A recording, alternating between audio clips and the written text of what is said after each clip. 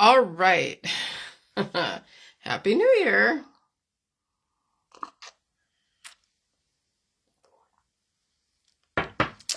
Is it so happy?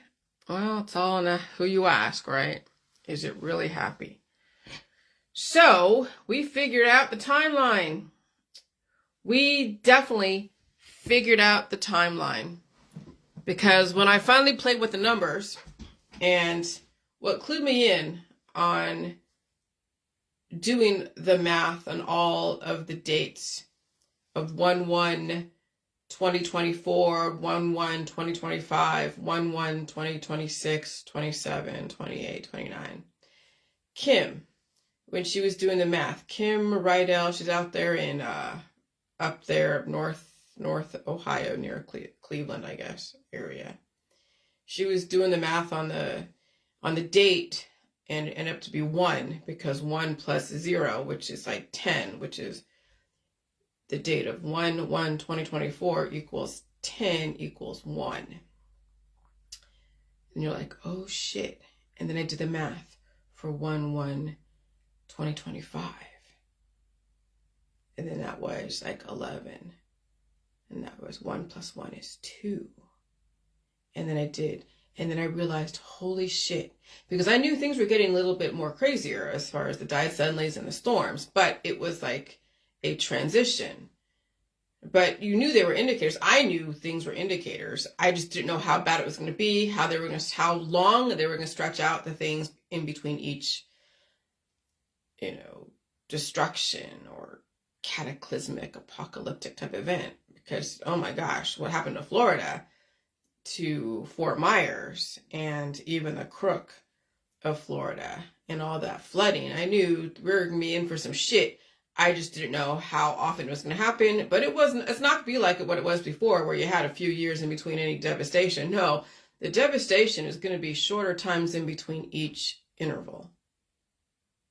And so when you think about what's going on in California, oh lordy, California. And those beaches are getting wiped away that people used to play volleyball on and go hang out. And now places like Capitola, where I used to hang out, Capitola, Santa Cruz. I mean, yeah, probably even Ocean Beach at some point, I'm sure. Those beaches will be eroded away. It'll be just ocean. And even the houses there, which we saw on some of the YouTube or the Facebook reels, those houses are just coming down. They're right there at the ocean side. So I know that we're in for some shit. It's going to be even worse as we keep moving forward to 2030. And UN Agenda 30, because there was UN Agenda 21, but that's gone and past. That doesn't even exist anymore. That was from before. So what are we in 2024? So there's UN Agenda 21 that has its own things. Then there's UN Agenda 30. And that's sustainable development, no more poverty, infrastructure being implemented, but there's got to be a lot of things going on to make room for that. And people have to get conditioned for it. We're in a conditioning process. We've been in a conditioning process. The truther community is a conditioning process. The religious folk, conditioning process. Okay? And so, those who had certain access to resources and blood types and areas of the country they lived in, they were able to capitalize on what we had to do to condition ourselves for this. Okay? And then times are changing. And so they were able to gamble and it would be in their favor to do what they were doing. And I would say even the blood type A's and B's, 15 years ago, 20 years ago, 30 years ago, they were in the money. They were discovering things, figuring things out. They were all part of the whole in crowd, right? For many, many years. And now you're going to see. Now you're going to see.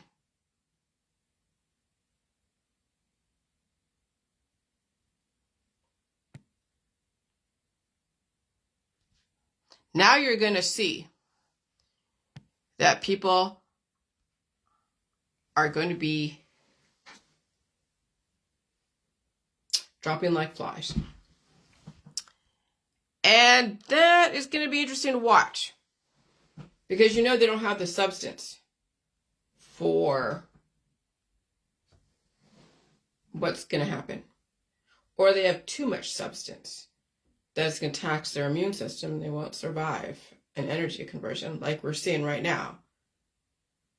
And so, yes, it's quite interesting. So we have 7 years to watch this. And so I'm trying to figure out, I know a few people are taking my advice, and I appreciate that. Not because I think it gives me any props, because it's nice to see somebody actually doing something to change their potential outcome. I'm not saying it's guaranteed that them changing their behaviors are going to give them an outcome, because there's no guarantee in anything. But at least when you do change, you give yourself some kind of opportunity to have a different outcome. But when people don't change, and then there's not going to be a different outcome. None at all. There's not going to be a different outcome. And so that's the thing, is that I'm just glad that a few people in my world, in the J world, are actually doing something a little bit different to give themselves a chance. That's all I could ask, to give people a chance to do something different. So I'll delete that. I don't know who the hell that is. All right. So, all right. And so I know that fear of missing out. I see people who are like, yeah, well, I think what is it? Their silver bullet. They think their silver bullet's going to be a mask. They think their silver bullet's going to be a V. They think their silver bullets because they have money or they live in a specific area. No, that's not really going to be, it might be okay for an adult who doesn't go out there in the public too much. It might be. But you're going to find that is that not going out in the public might save your ass. Therapized or not, masked or not going out in the public too much might save some people's asses. Some people out there have substantial amount of substance to work with, and they can deal with pain and suffering a little bit. Doesn't mean they're doing my world. But there's some men out there and some women who are built like brick shit houses, and the environment doesn't really affect them because it does, but not to the extent of to some other people because of their blood type. Okay? And so I don't compare myself to my husband as if I'm trying to keep up with him. I don't. I know when I went to the restaurant this weekend, oh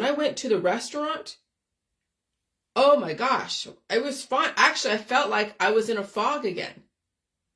When I was with my husband and his friends for breakfast a week or so ago. When I was in that crowded room in that restaurant, I felt like I was like underwater. Like I could barely even hear myself. And I'm humming some tune that I'm thinking my husband can't hear. And he's like, "Are you humming a tune?" I'm like, "Oh, you can hear that." The noise, I don't know. It was just, it's when your immune system activates because you're in a crowded room, there's a difference in how you even hear yourself. And I know when we went to that restaurant, which is really good food, we hadn't been there in a while. And I'm like humming a tune, and I'm looking around, and I know everyone's throwing out their ectoplasm, and I'm breathing it all in, and I could barely even hear myself because my immune system is activated, and there is fertility going on, microbes that are developing, and I'm O positive. My husband's like, he's O negative, so it doesn't really affect him. He's pretty much nonplussed with the changing conditions of going from outside to inside to a crowded room. And I know being an O positive, I'm taking on substance. I'm taking on fertility. And so when that happens, I know eventually I'm going to have to release those demons. Eventually. It wasn't right away, but as soon as I got home, I knew I needed a nap because that was a lot. I'm telling you, in this environment, people who finally allow their immune system to work the way it's supposed to, they will be exhausted by the things that used to be like no big deal. Okay? But Jillian, maybe you should go and exercise. No, actually, right now, I want to feel this environment. I'm not trying to exorcise the demons out that way. I mean, that's one way to do it, absolutely. But at what point are you going to stop? Because then what happens is people do get addicted to the endorphins. And then they exercise their life off their body. I would rather, and this is my opinion, I would rather have the weight on me. And it's not even that much. It's not like a whole lot. But I know when I get into environments that are more aggressive, I'll feel bigger. But I'd rather have the substance on me to convert than try to take the substance off me because I don't want to feel the knowledge, the intelligence, the evolution. And some people will think differently. Some people who are O positive out there and they have to go to work every day and they can't afford to feel all different ways because it's being uncured. They got to figure out how they're going to work that out. I'll tell you, every single time you go in the public, you're taking on more demons that you're going to have to release. And that cumulative effect does alter your immune system. Because you haven't even reconciled when you think about it. Because if you're still doing the same thing you did before in the old world, and you haven't even reconciled what you still have in your genetic line that needs to be reconciled, then you're just compounding the issue. That's the thing about that's the thing about when you don't take the time to be sick, then the cumulative effect, the compound interest from all that fertility from so many years back, when that decides to realize itself, oh my God, some people don't even survive when their immune system finally gets activated to the point where the body wants to push out all those demons all at once. Okay? And so the energy, even like I fell asleep, my husband left to go to the truck last night, and then I fell asleep around, I don't know, I went to bed around 6 or 7. I was sleeping around 8. But I woke up at 2:30, almost 3, couldn't go back to sleep. That's how aggressive sometimes this environment is, where you can't even sleep during, I go to bed early. But usually, yesterday, I think I slept till about 5 or 6. This morning, I slept at 3. So sometimes the environment is that aggressive that, holy crap, you're going to have to figure out how, and that's why you've seen all the diet suddenly, is because the environment is that unstable.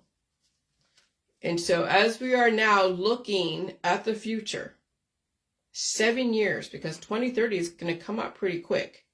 And I knew they had an organized, the system. I knew the system had some kind of organized point of reference. There's a slight conditioning process, which we had before 2019. We'd had 12 years of the conspiracy world and the energy healing world and all this tantric sex people doing whatever they do.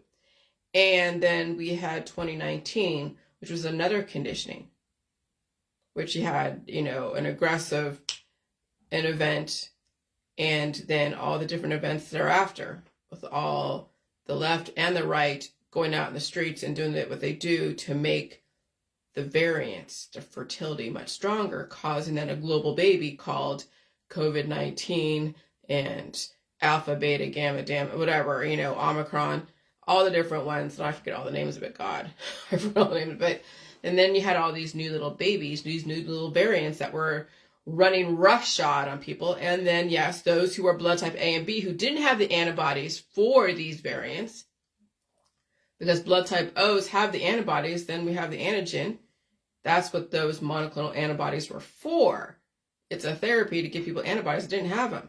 And then you had the mRNA spike protein vaccines that were supposed to be for those who are, yes, blood type A and B, missing that antibody protection because they don't have those kind of antibodies and they need to have a helper. And then even some blood type O's who are immunocompromised could potentially benefit. But if the frequency stayed rather stable after that initial event, everyone would be happy. We wouldn't have this craziness that we're having as far as all these diacetylates, but since the environment is so unstable, nothing is working. People are becoming uncured, immune system activation, growth happens excessively. And that's why I posted those videos of those two doctors are going like, wow, we apologize for being a part of all this, and we didn't realize how bad it was going to be. And it wouldn't have been in a slower frequency environment, because frequency has everything to do with how fast or slow time will go and how fast or slow growth will happen. And I knew it was going to get bad. It was going to get increasingly worse, because the system is not going to be like, okay, we'll just do one little event and then we'll have a little upset and then everything is wonderful. Oh, no. Remember the pandemic? What was it? It was 1918. And then they even had residual in World War II, because they keep having resurgence of it. Okay. So you think between now and 2030, and that's 7 years now. What that's like 10 years of a pandemic when you think about it. Because 19, which is the end of 19, so 20, 21, 22, 23, 24, 25, 26, 27, 28, 29, 30, 11 years. We're going to have 11 years of not only pandemic stuff, but also a restructuring of our infrastructure, of our geological, climate, everything. Oh, we're in for some, that's why I kept posting those reels and pictures that I finally figured out how to use, because words create worlds of what we're in for. That's the whole artificial intelligence. When you're able to put in words to describe the picture that you want, and then even the genre, you could have in the style of photorealism, you can have the genre of pointism or mosaic, you can have the genre of, I don't know, black and white, I guess. Well, as long as you describe it. And so words create worlds. And if you don't improve your vocabulary, how are you going to develop the world that you want? And the first sign that you can develop the world that you want is able to even apply that to some of these AI images, image creator out of Bing, which I've been doing, because it also gives me practice on how I'm going to say things, and how, when I say things, what kind of picture comes out of that. And doesn't always get it right. And I was going back and forth with somebody on one of these cursed artificial intelligent websites. And sometimes the picture doesn't come out exactly the way I want it.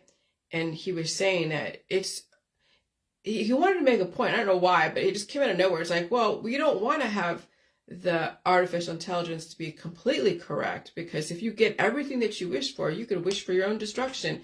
And it would happen like that. You want to have artificial intelligence to make a few mistakes, because we know how how committed people are with their intentions. Okay?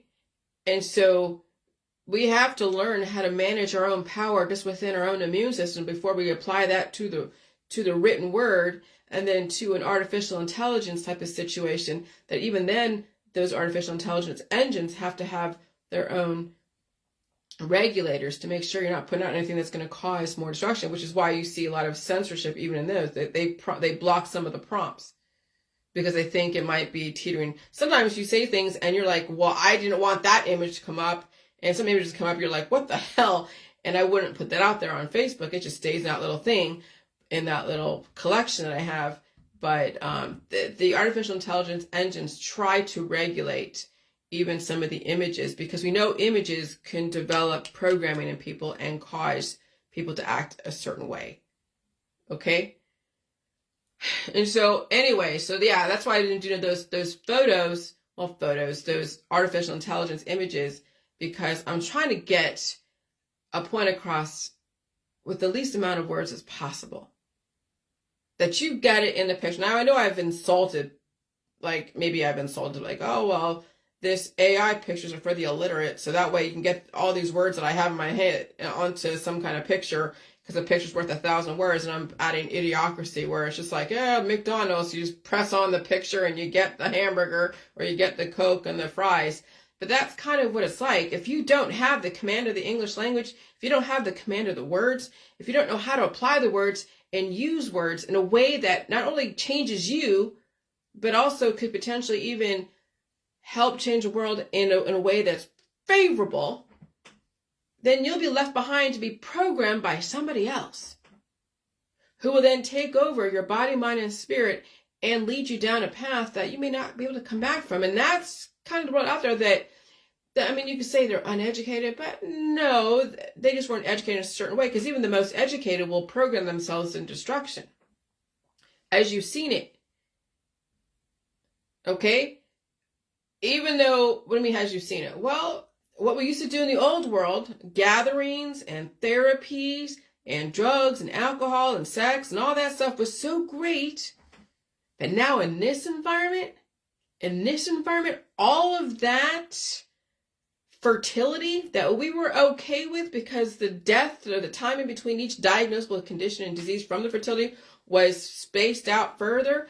But now the intervals are becoming shorter in between each diagnosable condition from that fertility, from that exposure.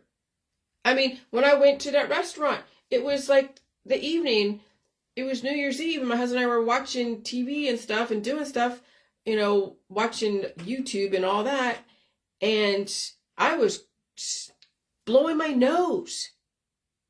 Every 5 seconds, blow my nose, because everything, the incubation, it needed a certain amount of time of incubation of my exposure to that restaurant, of all those diverse people, to then coming home and letting the body go through that incubation period and the redoubling period of the replication, reproduction, whatever you want to call it.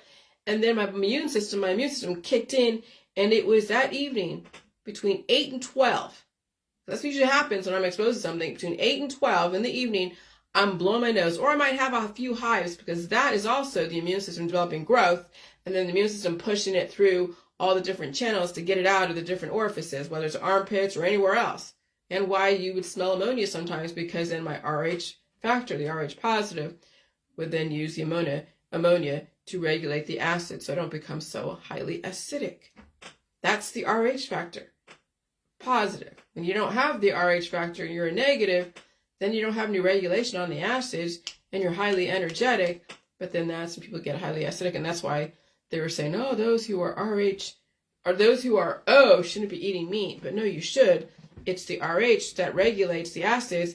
Or what I do is, when I feel like I have, well, when the environment was that aggressive and there was a lot of replication developing acid, it was just really quickly. But last summer, when I was doing all that jello, I had to eat raw cabbage, and it made me shit out that little demon that would have caused then aggressive chronic heartburn. I already saw, if I hadn't had the immune system I had and hadn't eaten that raw cabbage during that process, that I would have had some kind of chronic heartburn.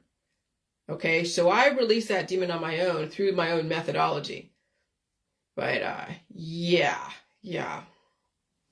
So being out there, I know exactly what people are in for when they're out there. And these kids are falling apart. These kids that the parents won't allow them to evolve. These kids that have food withheld from them. What are you going to do? You can't save them, but you're seeing what's going on. So fear of missing out or FOMO is what will do many people in. Okay? And so, like, I know how people relate to each other is hanging out together. Because because we've been taught that physically being in someone's presence and hanging out with them and doing things like going to the museums, going for coffee, going out for dinner, going to the bars, going to events and all that, that was how we established relationship and community and tradition, and even just, getting needs met as far as hormones, and of course the sex and the drugs and all that stuff.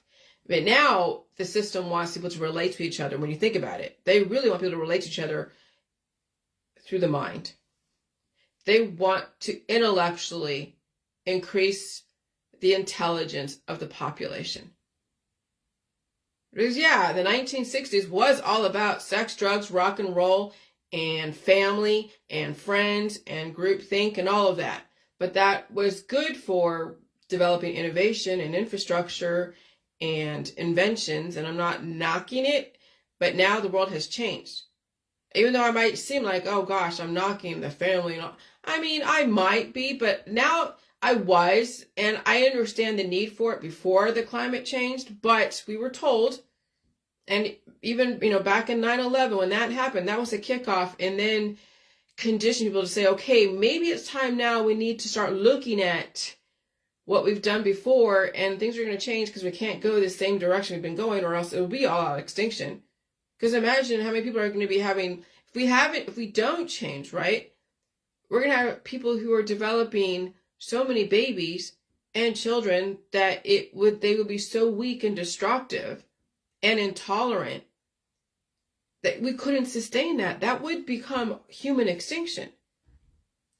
Because can you imagine, like China, if they didn't have some kind of regulation with the whole one-child policy? Though that didn't really work very well, because then they were picking all the boy babies over the girl babies. So there was now a disparity between men and women out there. And, well, they're having their own shit that's going to happen in the next few generations. But imagine if China hadn't done that one-child policy.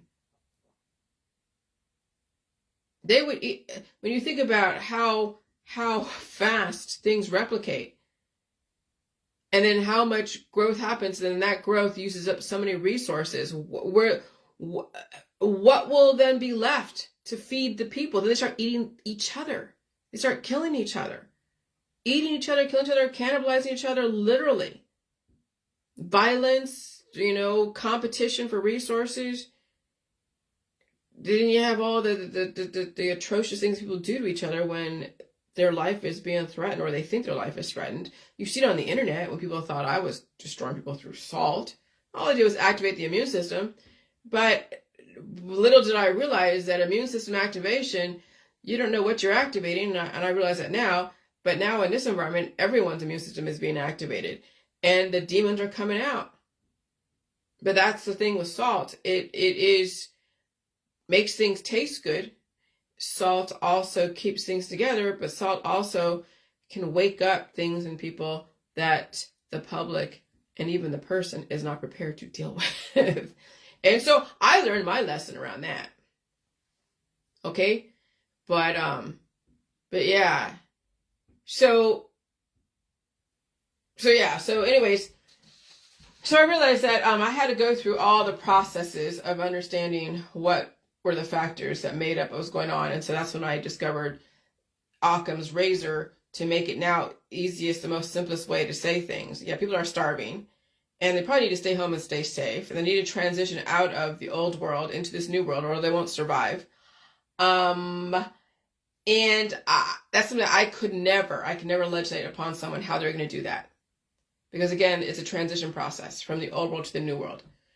And so, fear of missing out is what will do many people in. Maybe I am lucky I did all my crazy stuff in traveling at such a young age and making the mistakes, testing the boundaries, and exploring the world when it was safer.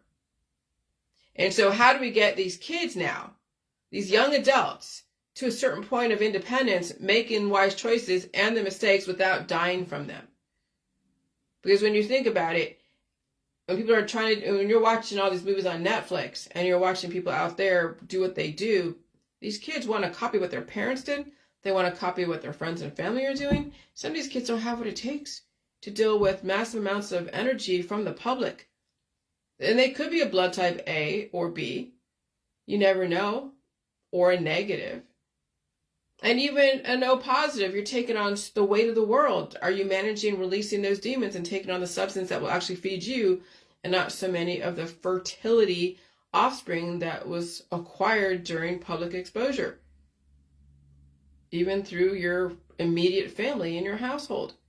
That's the curse of the O positives, is that we can keep gaining the weight. We'll gain intelligence, but at some point there is a tipping point, and that intelligence and that weight and all that will destroy you. And so how are you regulating that? My husband's an O, and he has that negative, which is the energy giving him that edge over me, because he has that balance force. I'm the O positive. I'll just keep taking it on, and either destroy me. But in a lower frequency environment plus the salt, I was getting skinnier, but I wasn't eating either. Remember, I was eating, but I wasn't eating a lot back in 2018 when I was doing the J juice. Okay? And I was relatively cured at the time because I was skinny. When you're skinny and cured, you're not eating, you're like, woo, new lease on life, I could do whatever I want. And it was safer in that environment because it wasn't climate change. But now doing so much J juice and getting so skinny in this environment will do you in. That's why I say, okay, now people have to figure out how they're going to manage the substance they have so it doesn't become so much and out of control, or not enough where you can't gain the control. Same thing, out of control. All right. And so how do we get our kids and young adults to a certain point of independence, making wise choices and the mistakes without dying for them? I cannot tell you. I had to suffer to gain the substance that was held from me. Okay?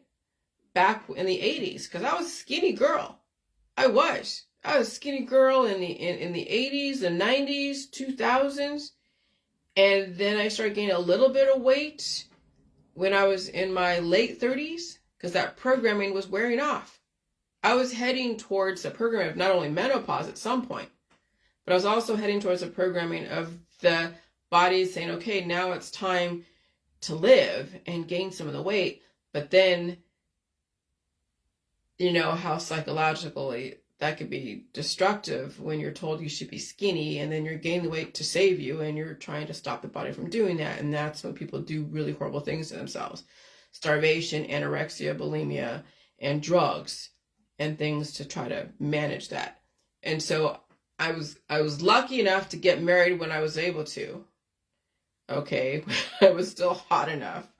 Because nowadays, I mean, back then, of course, being hot was what you needed to gain the man. But now it's the intelligence and all that.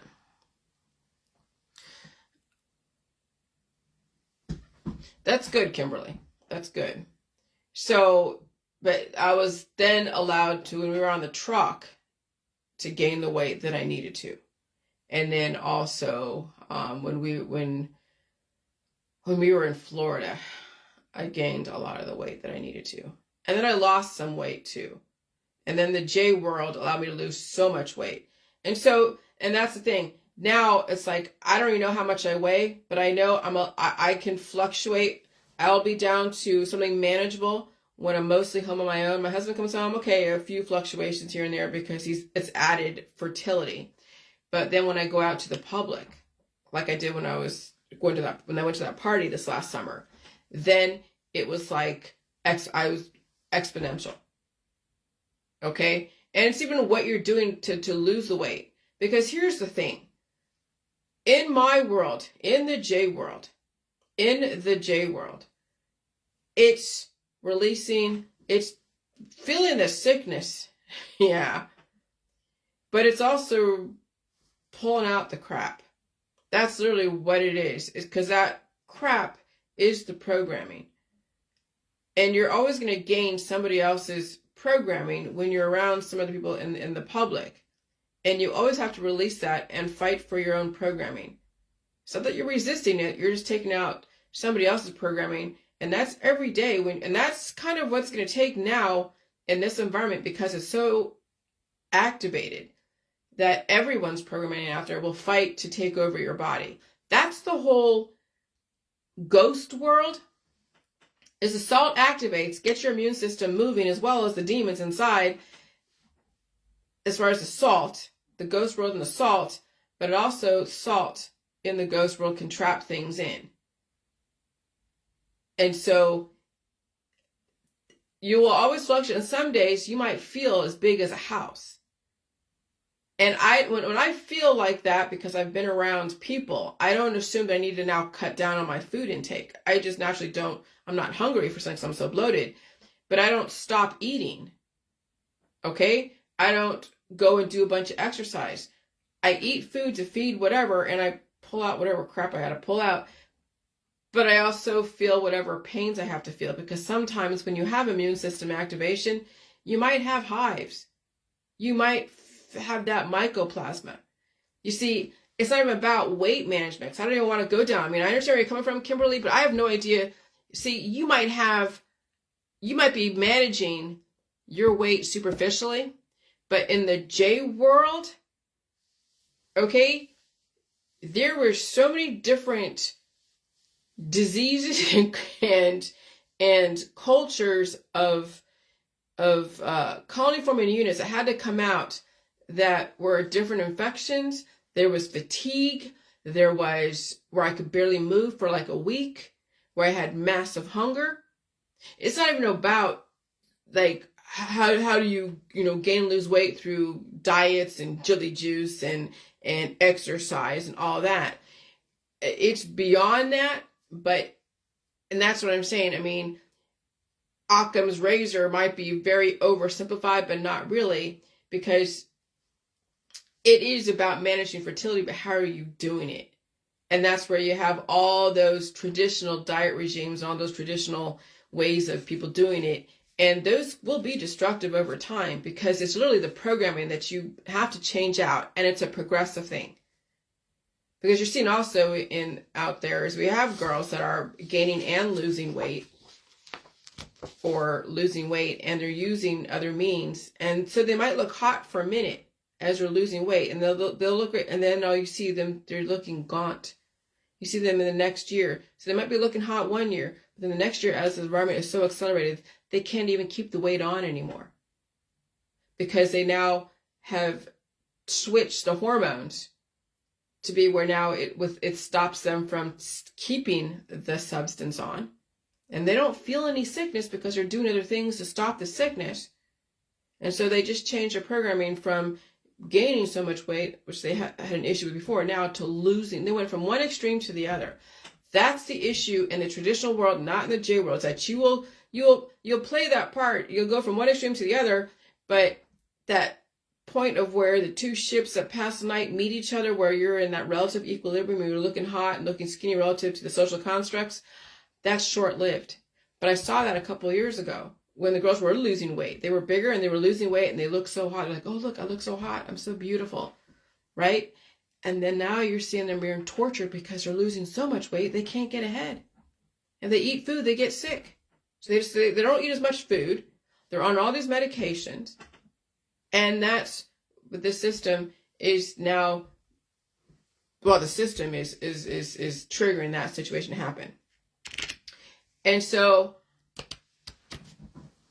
I cannot tell you how to give these kids wise choices, and make the mistakes without dying from them.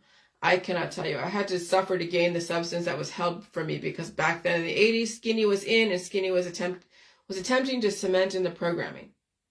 The demon tortured me until I was allowed to gain the weight and eat the food and explore what I needed to do to save myself.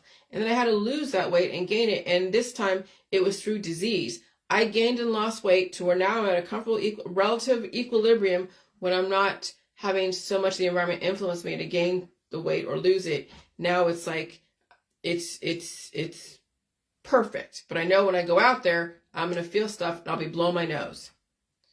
And so until I was allowed to gain the weight and eat the food and explore what I needed to save myself. And so managing balanced weight and intelligence, weight substance, comes with suffering. Okay? And I'm not saying suffering of the exercise. That's people say, oh yeah, you got to suffer, you got to go exercise.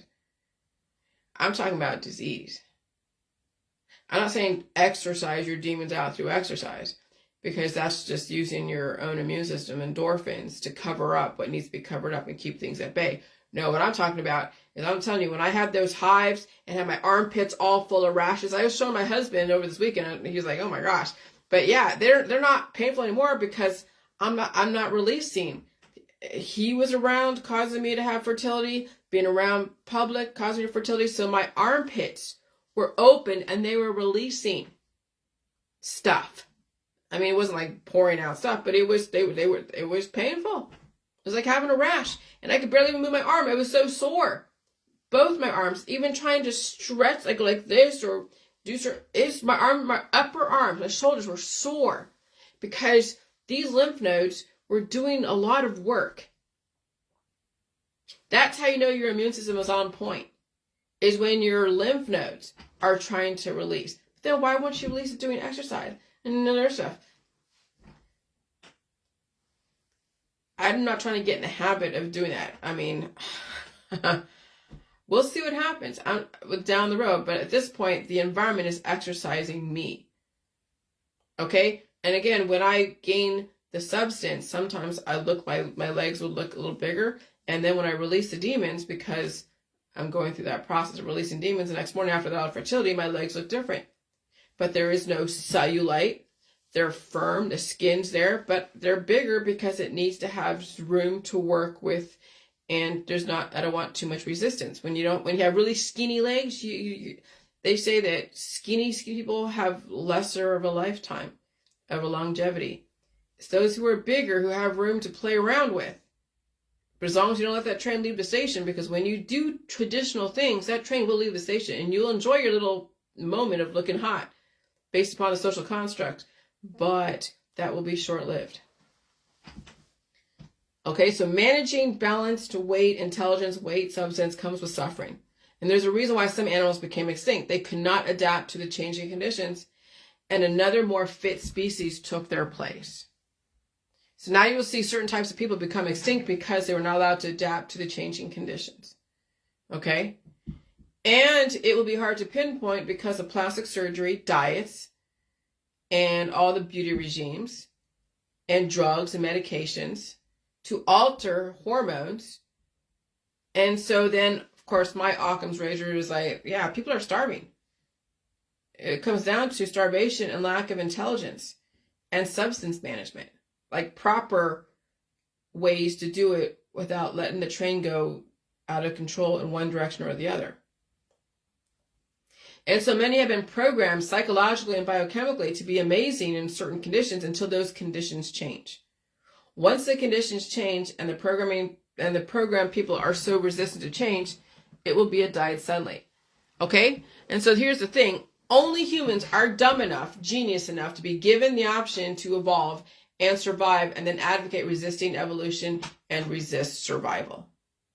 That is how smart the human race is they can program their own destruction, and they have a whole audience around them that will applaud their destruction and even help them out in making their destruction palatable and acceptable. As we watch the animal kingdom and smarter than the human kingdom, animals will try to survive. Humans say fuck it because they're too smart for everybody, and so they jump over the cliff in their party clothes. Okay? Quite extraordinary to watch. And so, I mean, like, what's my point in all of this, right? People who are not suffering, there's no reason to even go in my world. If you're not suffering, fine. Okay? So whatever you do or do not do, if you're not really suffering and you have your diet regimes and you have your drugs and you have your friends and family and all that stuff, and you know you're not going to change, you'll do whatever the traditional methods are, my world isn't for you. Because you'll think what you're doing and what I'm saying is that is the same thing that I'm doing. No. What I'm doing is completely different than what many of you out there, even those that say that they're O positive or whatever. Just because you're O positive or negative doesn't mean you're out of the woods. It just means that right now you're maintaining status quo until that suffering becomes unmanageable. And if you never suffer, here's what happens. Died suddenly. Because that's what you're seeing in these died suddenly groups. People are like, oh, this person was perfectly healthy. Whatever that means. They didn't have any symptoms. They were asymptomatic. And they just happened to pass away. They just died suddenly. I mean, they're attributing to all the V's, but whatever. They didn't have any symptoms. So that's the thing in the J world. It's kind of counterintuitive to a lot of people. The suffering is what's going to fucking save you. The sickness and the suffering. And I'm not saying go and exercise yourself away or take a bunch of drugs or things to make you suffer or whatever. No, obviously that wouldn't be, because you don't take drugs to suffer. They try to take away their suffering. But if you're not suffering out there and everything is great, you're not going to be like, well, I'm just going to suffer now. It's those who are suffering are trying to figure out how they can lessen it, not take it away altogether, but lessen it so it doesn't totally take over their life and take away from what they're doing. But they're trying to find a way to manage their life without having it be so extraordinarily crazy. But if you're not really suffering and everything is wonderful, and you're happy, happy, joy, joy, this is not your world. This is not your world. If you don't even understand suffering the way I have experienced and explained it. If you're all about never suffering, this is not your world for you. Because remember, I was suffering my whole life and I was trying to make it less. And I had to suffer a lot the last 7 years. And you saw the first 5 years of the whole J world when you think about the formula of regeneration. It takes 7 years to potentially regenerate, an organ or some parts of your skin or something. Okay? And it takes 7 years, it's like perfection, 7 years, 7 days a week, 7 deadly sins. The 7 deadly sins will end up in death. But then you have all the other number 7s. Okay? So, yeah, the suffering, the whole J world, we suffer the first 5 years. This last year wasn't as bad for me because I did this since 2016. But no, the whole J world is not to end your suffering. The whole J world is to be like, yeah, you got to suffer to live, but you don't take away the suffering. And you're not proud not to suffer. Okay? The suffering that's where the power is. It's in the suffering. But to how much, to what extent can you handle? Well, that's up to you and up to your family and friends. And if it's up to if you have the substance to suffer to live. Okay? And if you're type A and B, then you're suffering. You maybe take yourself out of the public. Get away from your roommates. Some of you are figuring that out. That you have the vulnerable blood types. That even though if you get a V or not get a V, you still got to stay out of the public square. Or wear a mask.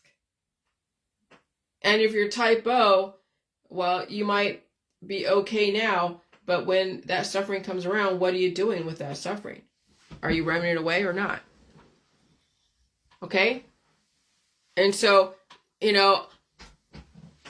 what's my thing? Am I sound like that I want people to suffer? Absolutely, because suffering is survival. But can you manage it? But yeah, I advocate suffering. But to what extent is up to the person. But I'll say that I've gotten my greatest ideas through the suffering, and as I fed the suffering and released the demons the way I have in my book. Okay? And so, yeah, I'm not really impressed by those who say they never suffer or they're so happy, joy, that they don't suffer. And I'm not really that impressed because most people out there who are holding the line, they do it. It's when they start suffering and they try to keep treating that suffering and they treat the suffering and they treat it and they end up dying suddenly. So no, I'm not impressed with that path to death. What I'm impressed with is someone is strong enough to say, I've suffered and I'm suffering and I understand and I get where you're coming from, Julian, and holy shit. Okay? But yeah, I'm in a different world than a lot of people. Because even though I may have suffered a lot, I've taken that suffering and used it to my benefit, not to my detriment. Before, the suffering was to my detriment, really not to my benefit, but it was to my benefit because it gave me the capacity to handle suffering. So, I don't know. That's what I'm saying. I can't be mad at my parents because they gave me this capacity to deal with suffering.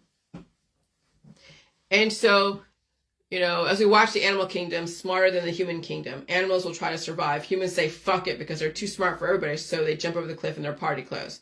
Quite extraordinary to watch. And we get the next 7 years to watch everybody act out their programming and resist evolution and resist change, and of course, in the process, blame somebody else for it. Adults who gamble with their own lives and their children's lives do not want to admit the house changed the rules. Okay, so people gamble with their lives, their kids' lives, and all the remedies and surgeries, and out there in public all the time. They're winding their kids' clock down. They're winding their own clock down. Okay, you get the power to do it. Some of you can afford it for a certain amount of time. And then when you're gambling, when you know this environment is so aggressive, and you may have the substance for it, you could be O positive, O negative, and you have the substance for it. How much of it? When are you going to quit? Or are you gonna keep milking the goose until that goose is completely done and then everyone dies, right? In other words, allegorically, the slot machines paid out. So adults who gamble with their own lives and children's lives do not want to admit the house changed the rules. In other words, allegorically, the slot machines paid out more 15 years ago, but now in climate change, the slot machines are tighter and people are losing to the house, becoming bankrupt, and the house always wins. Quit when you're ahead or sometimes do not play at all. And that's the whole thing with fear of missing out. When you're like, oh, well, I have the capacity And I think I have the strength and substance. If I just do this little drug or this little remedy or not eat this food, then I'll be okay. And then you're going to see then the environment's going to increase the fertility, increase the weight gain. And then you're like, oh, well, I can't eat this food. Then you have the weight gain. And because of the fertility and you think it's the food, you're blaming the food. So then people they stop eating. So the body cannibalizes itself. That's what happens when you stop eating. Because how else are you losing the weight? People stop eating to lose weight. They're taking drugs to lose weight. What's going on is those little babies are eating them. That's the Ouroboros. So when you're in the J world and you're pulling out the crap and you're still eating, you're not supposed to be stopping eating. Sometimes I'm so bloated I don't feel like eating a bunch of food, but when I'm hungry I eat food. I don't say I'm not going to eat this food because I'm gaining weight. No, I know what's going on. You got to feed those little fucking babies inside and pull out the crap, pull out the programming, so then your parent cells are allowed to then mature the ones that are good enough to then take your body to the next level. To keep redoubling itself 50 times over. The somatic cells and the immortal germline cells. But right now people are starving themselves.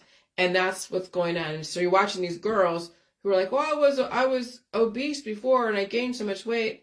And now look, and I know that they are denying themselves food. Because you know you're not doing my world. Or you would be suffering and you'd be sick. No, people are doing it the shortcut. Well, that will only last so long. That's what I'm trying to say. Okay? And so it's how you're losing the weight is the issue here. And what kind of weight are you losing? And so, yeah. And so I said, we have 7 years of this bullshit, right? Last year was the indicators. I hope you choose well for yourself.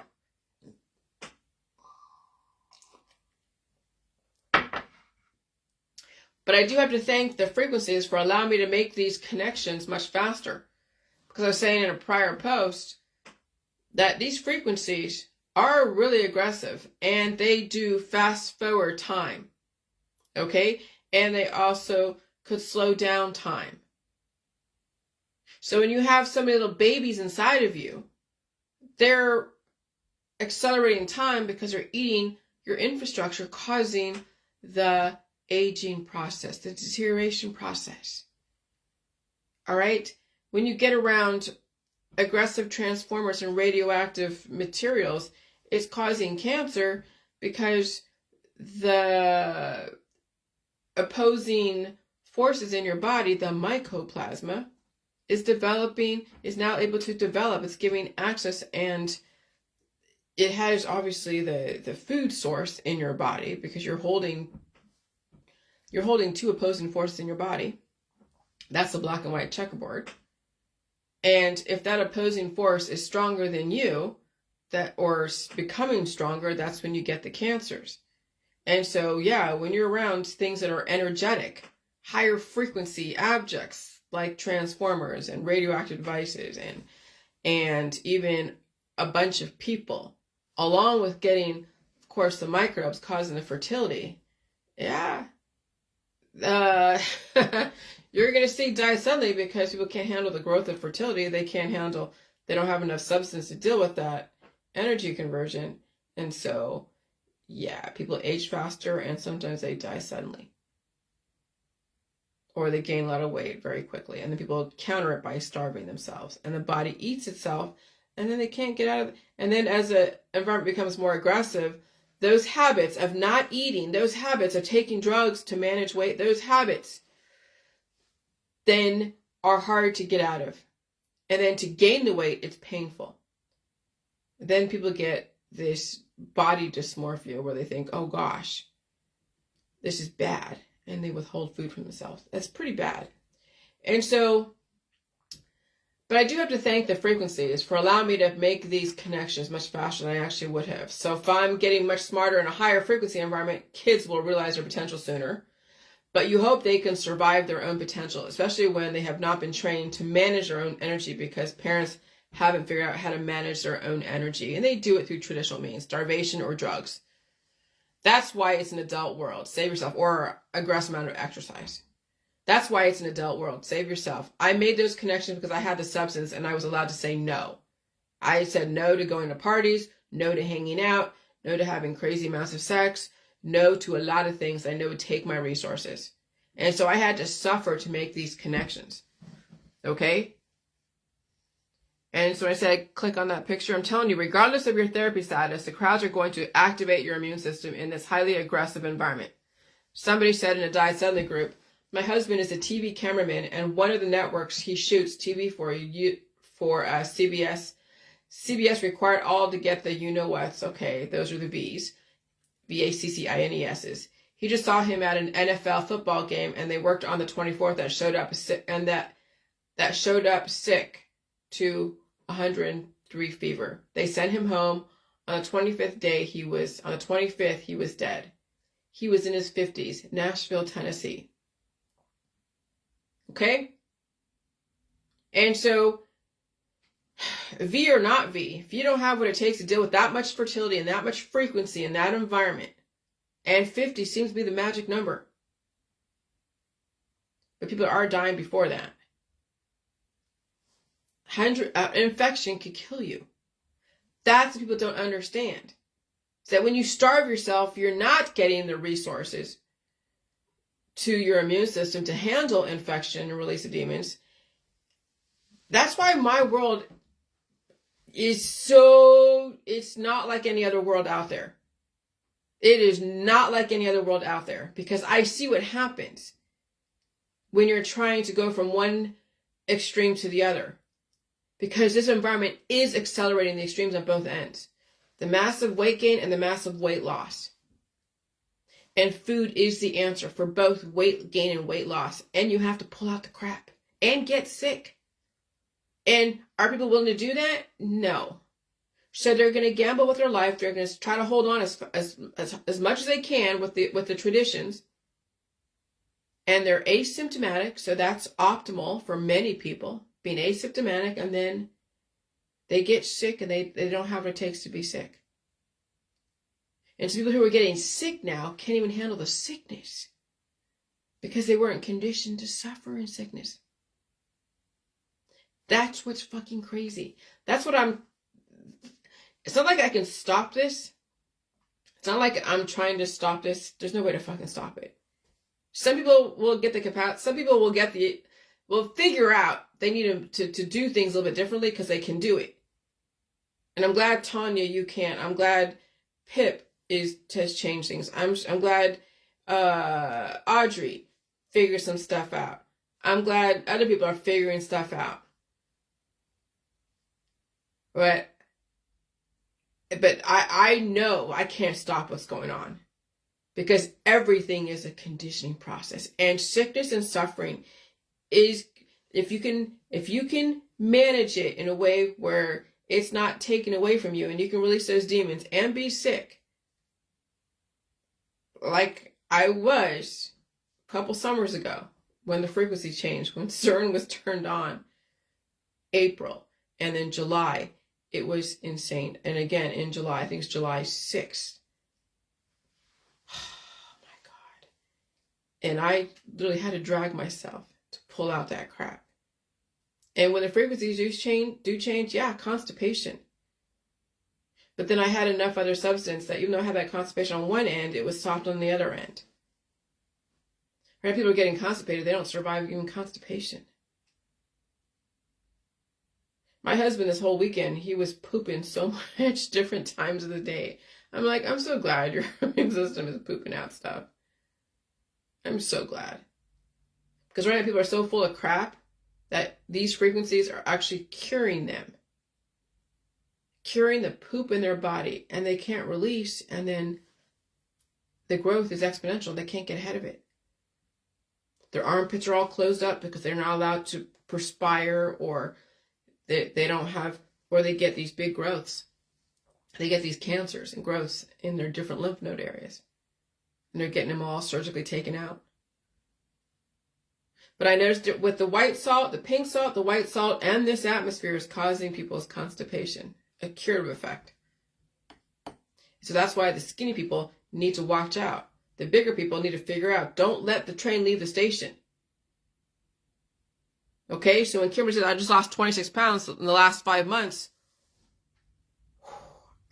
don't even tell me how you did it, because I don't even want to know. But I'm sure it's not because you were sick and pulling out the crap. I'm sure it was food mitigation or a lot of exercise or some kind of helper out there in the medical, holistic, energy healing world. But I'm sure it was not suffering through sickness and staying home, because that would be torturous to you and you wouldn't do it. Your kids wouldn't allow it. Your family wouldn't allow you to be sick. And so you'll see what people are doing out there, but you know that train will leave the station. Imagine 26 pounds in 5 months and double that in the next 5 months when the environment becomes even more aggressive. And the environment makes you not, like I remember sometimes even when the environment's so aggressive, I don't want to eat. And I force myself to eat. So sometimes this environment gets so aggressive that people don't want to eat. They're not hungry. So the body eats itself. That's also what people are risking.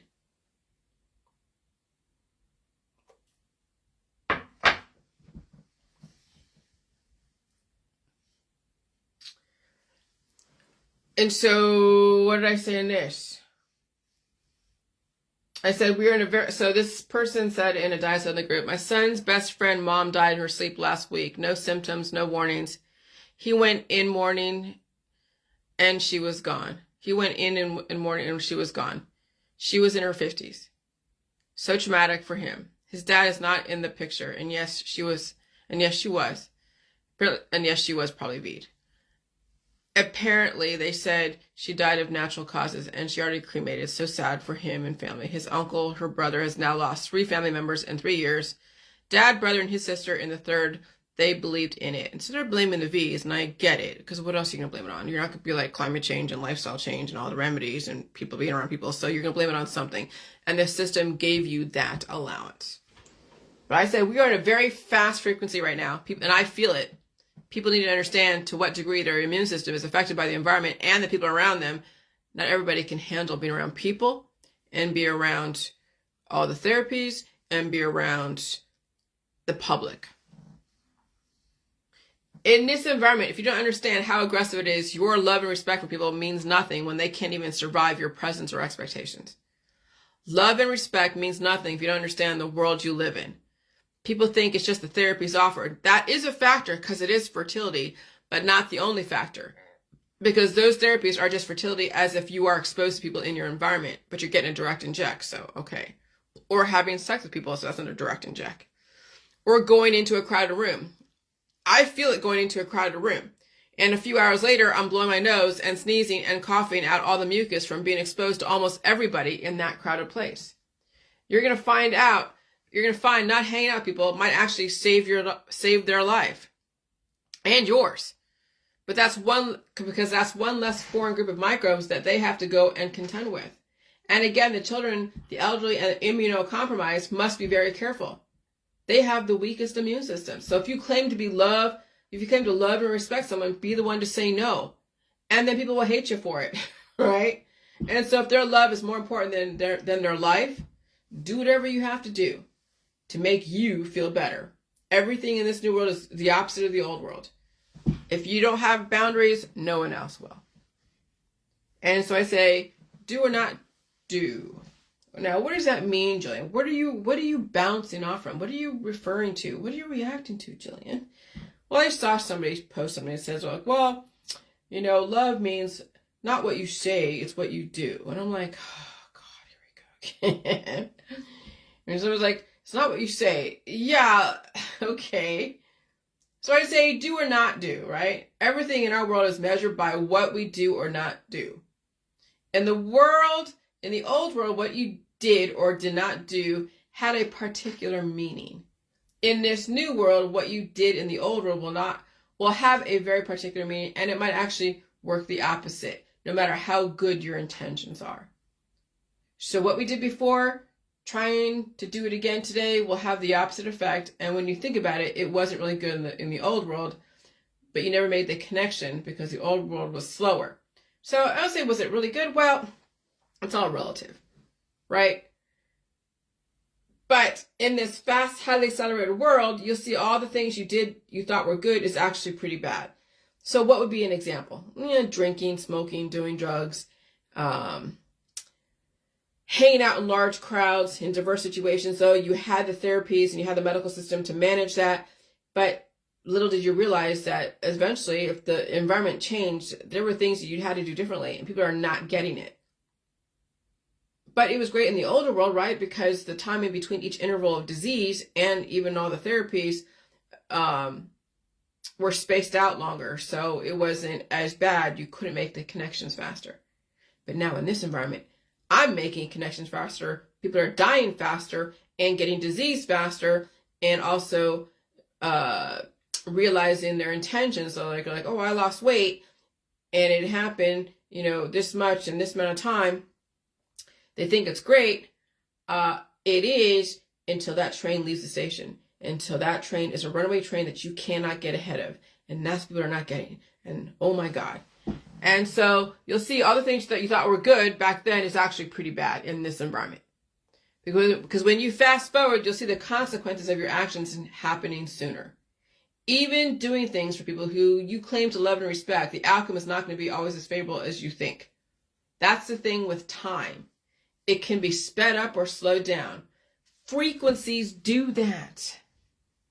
People don't realize to what extent how influential frequency is until they see things happen faster and they can't get ahead of it.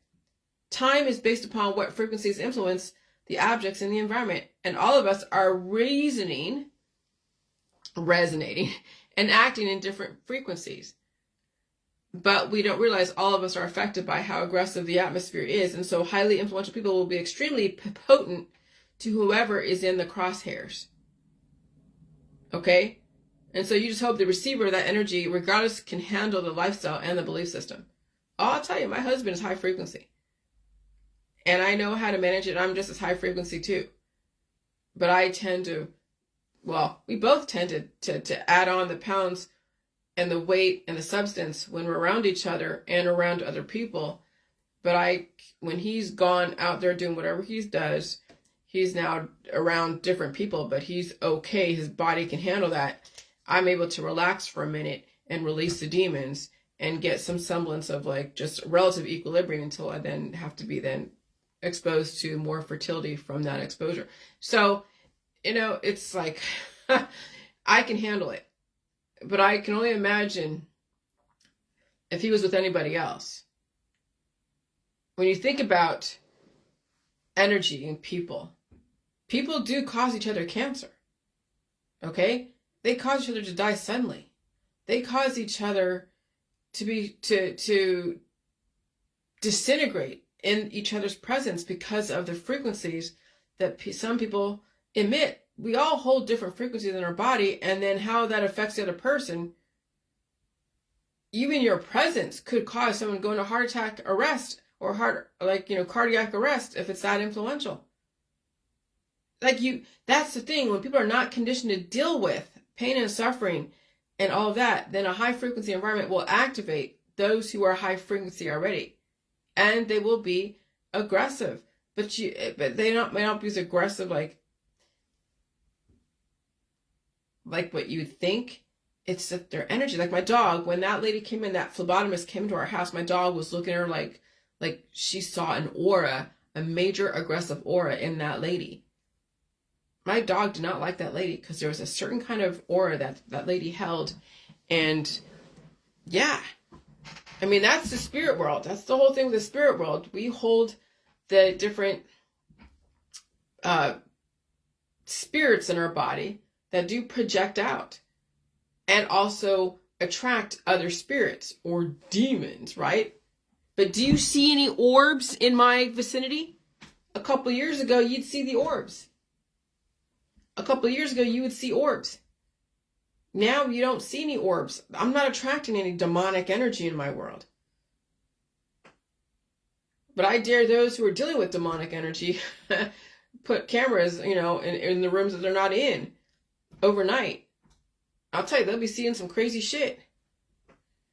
I don't dare do it because I know sometimes I see weird things in the corner of my eye. But in this highly accelerated environment, the demons and the ghost world, if they have enough power, if you're holding on to that much energy in your body and you have portals open, you could be attracting some crazy shit. Okay? And so I will tell you, your children will be most affected because they don't have any boundaries yet. They're not supposed to have any boundaries unless it has to do with a creepy relative. You just hope they have the substance with their environment and their family and friends. Substance is everything in this environment. To be a man or a woman of substance, one must have the knowledge to understand how you affect the world around you. And I knew this even a couple of years ago, and I'm like, oh my gosh, I don't want to go to any party or anything. We're like, oh, Jillian, you're crazy. You don't know what you're talking about. You have issues. Nah, nah, nah. Like, I knew that if I was going to any public event or any diverse situation, it was going to be insane. And it is. It's already is. And so through the concept of Occam's razor, you're starving because you're feeding so many kids offspring inside your body and outside your body. Fertility is deadly. People die from starvation, right? Because when you're gaining so much weight because of the fast-moving growth, because of replication and diversity in your body, because of the environment, and you're like, well, I'm going to stay away from food. Yeah, those little babies, those kids are eating your infrastructure. So fertility is deadly. People die from starvation. The most simplest solution, scale down, cut and dry. Well, what does that mean, scale down? Well, that means scale down your exposure to the diverse community. And how would you do that even with your family? I don't know. Is that easy to just walk away from everything? No. But it's easy to say than to do. It's easier said than done. Carl Sagan used Occam's razor as a rule of thumb that states that when faced with two hypotheses that explain the data equally well, the simpler one should be chosen. Sagan also said that if a hypothesis cannot be tested or falsified, it is not worth considering. Simple is all relative. Choose your own adventure. So if it's not easy to scale down, then people will take the shortcuts. Okay? Because that's what they were conditioned for. So that's something that I definitely, I'm still working with, is knowing that I can handle the hardship. I can handle the non-simple solution, but I'm not even promoting the simplest solution or hard solution. What I'm promoting is a simple, what is it?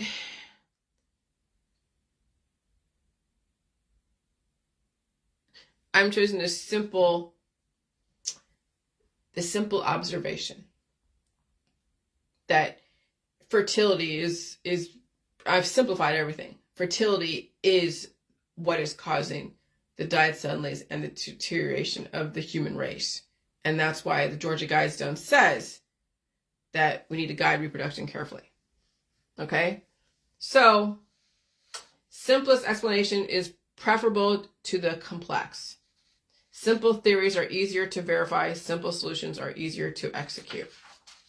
And I get that. Okay? So I can play the game of, here's a simple explanation, but you choose the simplest solution for you. That's how I have to position it. Because my solution may not be somebody else's solution because it may be too hard. And so it may be easier for them. But some people don't realize that they do have a choice. When Tanya says she's got to go move and do whatever, and she knows she's A positive, okay, that might be a simple solution for her because it's possible for her. But somebody else, they won't have that opportunity. They'll have to do something different. Even though I give you a simple explanation, the solution may not be as simple. Well, the solution will be different. The simple solution will be different for everybody. What I did was pretty difficult. What I've done the last 7 years. Very fucking difficult. But again, remember, I suffered my whole fucking life. Okay, so I had the capacity to suffer through my peers, suffer from all the mean looks and the perceptions and the assumptions and even the silence. And I realized that, you know what, that's part of suffering, is being able to survive the silence, the unacceptance. Because believe me, if you have people talking to you all the time and you were accepted, then you wouldn't be able to do what I was doing. So even though it was a suffering on one end, it was definitely a gift on the other end. And how do you manage the suffering and all that? You realize that was the conditioning process, so you can save yourself. And it sucks, but not really. But you have to be strong enough to be okay with the silence and the non-acceptance, because you already told people, well, I don't want to hang with people because of all that fertility.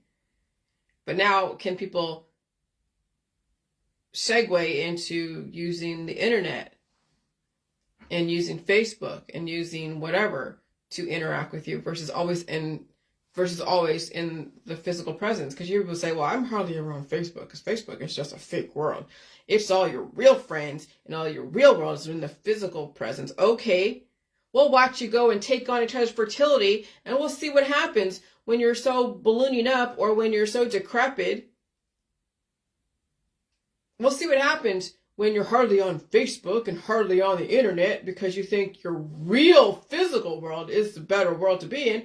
Yeah, that was the old world. Remember Bob Dylan said, all the winners will be losers and the losers will be winners. Oh, the times they are a-changing. Well, they're fucking changing now. So you really think being off of Facebook and being out there with your friends and family and all your cohorts and all of your group think is going to serve you well when their microbes are flying at you like little antigenic demon landmines are going to cause fertility and increase and accelerate the aging process because you're with some guy or some girl that won't let you stay home and stay safe, that won't let you be sick, that will say, oh, you're getting too big, time to take away food from you.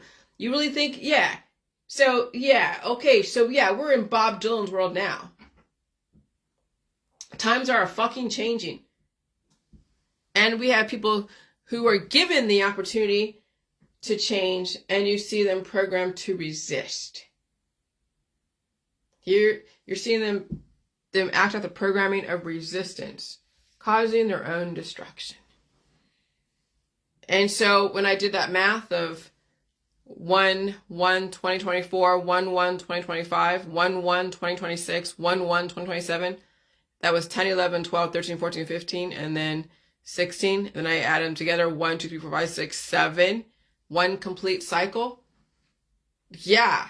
We're heading into a sustainable world, not a disposable world. So those who are like, oh, I'm hardly on the internet. I never go on the internet because the internet's stupid and they don't have the words to even interact with you, or they don't like you because you're different and they don't have any words to say to you, anything at all. And they have avoided you for like the plague for many years because you didn't fit within their paradigm.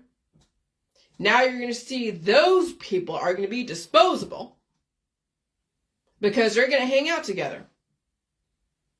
And that's the thing. That's what we're in. We're heading to a sustainable world.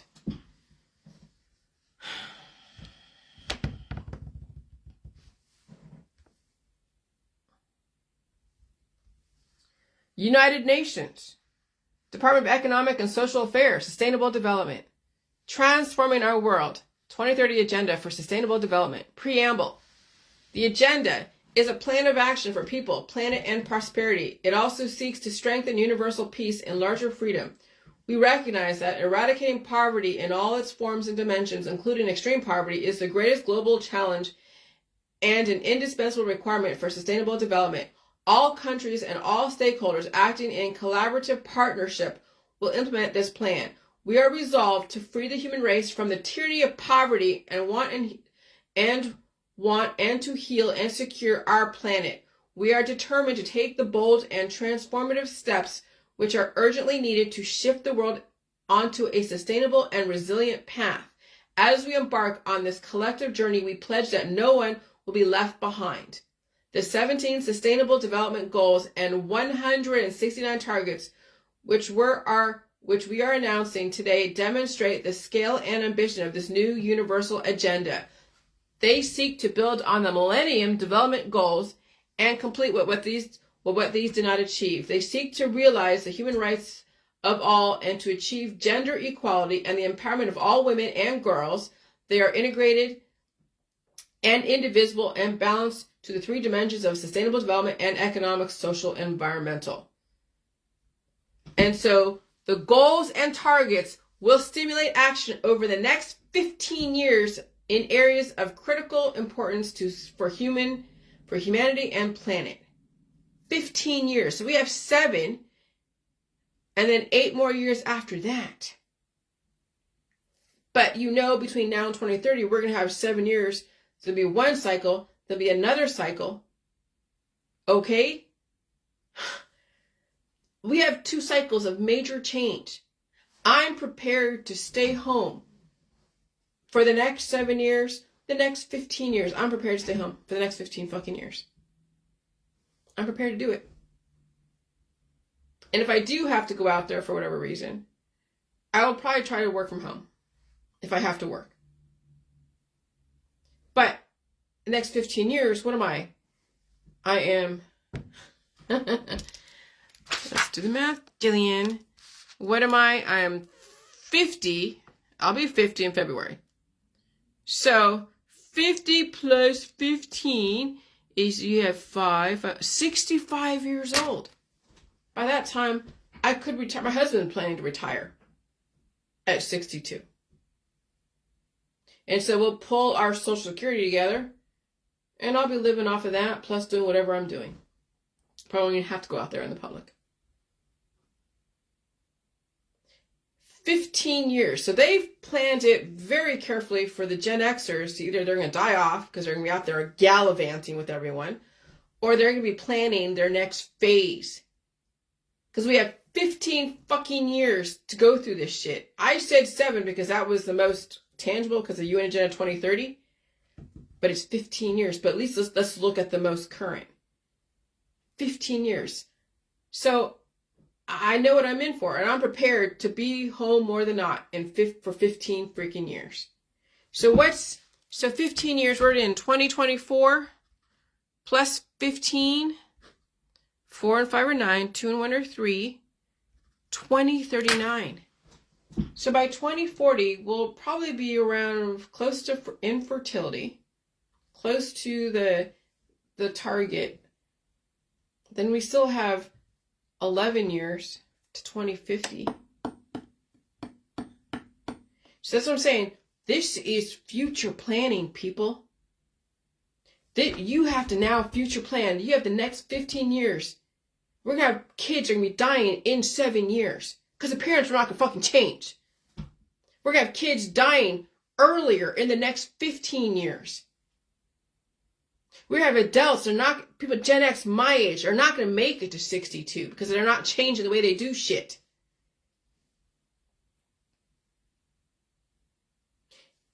That's what I'm saying. When you know what they're telling you, this change is going to happen, and they're telling you all this, you have to now plan out. Especially you have to know your blood type.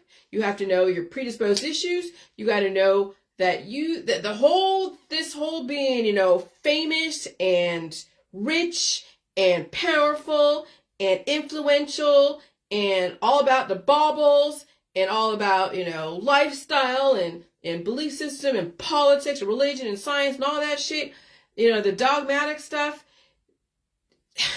Those that are already at the end of their genetic line or compromised, immunocompromised, they're not going to live. They're not going to make it to even 7 years.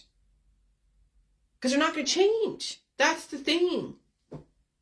They're not going to make it even freaking 15 years. People in your world are going to die off in the next 7 years and the next 15 years. And you might be the one to do that. Because you think you have all this fucking time. You think, that's the thing with these people. They're like, well, I thought I had all this time. I thought my mom had all this time. I thought my dad had all this time. And they're like, they were taking out, that lady that died from, I don't know, it was like, she had a growth in her groin. Okay? And it got bigger. It was like a lipoma. And it got bigger and bigger and bigger. And then it became whatever. And then it was like a pancreatic type of thing. She thought she had more time with her mom. and her mom's out there hanging out on the cruise ships, gallivanting everywhere. We have people who are in their golden years that probably can't afford to be out there in the public, but are, and they're dropping like flies because of the aggressive growth, like major aggressive growth. I'm not going to read the whole fucking UN Agenda 2030, but I want you to see what happens when you don't fucking change. 15 fucking years, 7 years, shit's going to be going on. I didn't even realize that they were saying 15. Yeah, I just seen 7 because I saw that. But let me see what, what is it? 101 2030. So 1, 2, 3, 4, 5, 6, 7. So that's 7. And then I already knew that. 101 20 40. What is that? 1, 2, 3, 4. Was 4, 5, 6, 7, 8. 4, 5, 6, 7. So 8. And 8 is like infinity. So 2040, infinity. Whatever the hell that means. But yeah, so yeah, what is 101 2050? 2 and 5 is 7, 8, 9. So it's 9. So 2050 is 9. 2040 is 8. 2030 is 7. And now you're seeing the cycles of 7, 8, 9. Oh, God. Okay? And there's going to be a change by 21. Oh, yeah. You just keep doing the math on that. Oh, my lordy. All right. So there's that. And so, yeah, is anyone else feeling just as lethargic and I have no energy with constant headaches every day? Our kids are bouncing off the walls, but me and my wife are exhausted and we usually have tons of energy. Yeah, the environment. And who knows what their blood type is, who knows what their lifestyle is and their belief system. Their kids are going to mature faster. You see, if you're not keeping up with your own evolution, your kids will carry on your name and you won't, faster in this environment. Kids will also mature faster and age sooner. And so we are in Genesis, Exodus to some people. And then you have all these toxic positives like, oh gosh, who says if you don't focus on it, it won't happen? And I ignore the toxic positives out there who say if you don't focus on it, it won't happen. And then you wonder why they die suddenly. Yeah, I don't wonder why. I know why. They don't focus on anything but partying and living the life until they die suddenly. And then their family and friends blame everyone under the sun. No, you helped them be in denial. You had them blame only the V's, but didn't blame that they were out there with friends and family taking in all of those microbes, causing the fertility and aggressive cancers. And I was doing this so much yesterday. That's what helps me manage my weight, is releasing the demons through my nose. Coughing, sneezing, blow my nose, hawking up loogies, whatever. Okay?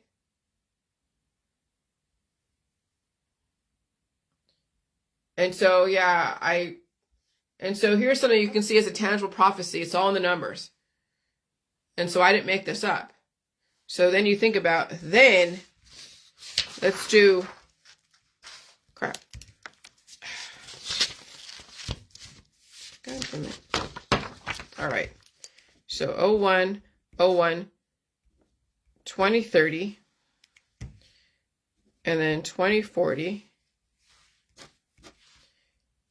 2050, 2060, 2070. So 3 and 2 is 5, 6, 7. And then 4, 5, 6, 7, 8. 5, 6, 7, 8, 9. 6, 7, 8, 9, 10. 7, 8, 9, 10, 11. All right. So then you think, and then then it goes all over again, right? Because then you get down to then equals 1. Then 2060 is 1. 2070 is 2. 2080. Oh yeah. Wow. Hold on a second. 9, 7, 8, 9, 10, 9, 10, 11. Yeah. Okay, 11.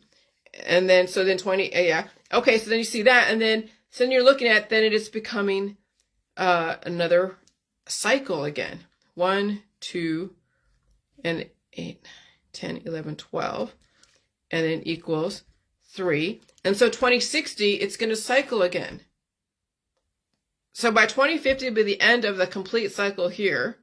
By 2050, complete cycle. And then 2060, another cycle. So I just started that line of like 1/1/2024 all the way to 2030. But then we have to go to 2050. And that's 9 because it's going to start again. It's going to start again. Wow. By 2060. So 8 and 9. So 2040, 2050. And then by 2060. So that's another 30 years. We have a lot of changes. So that's the number system that you have to understand. So one complete cycle for 7. So 1/1/2024 equals 1. And then all the way to 1/1/2030 equals 7. One complete cycle. I discovered my protocol 7 years ago. It took me 7 years to release the demons. I will be 50, 2574. And you saw all the bullshit I went through the first 5 years. It was hell. What do you think you're in for the next 6 years? Last year, it was not as bad for me. All truth passes through 3 stages. First, it's ridiculed. Second, it's violently opposed. Third, it's accepted as self-evident. We're not even in the 3rd stage yet. People are in denial and they're partying like it's 1999. Okay, as far as longevity, I can bypass the Hayflick limit. Somatic cells redoubling itself 50 times over again, going to the next immortal germline cell, another 50 years. Just doing numerology and horoscopes are not enough if you don't understand how to use it for survival in this world, in my opinion, especially now. The world is run by numbers and patterns and orders of operation. I'm not trying to get lucky with anything. I just understand cycles and patterns, and I act accordingly. I don't resist what's going on.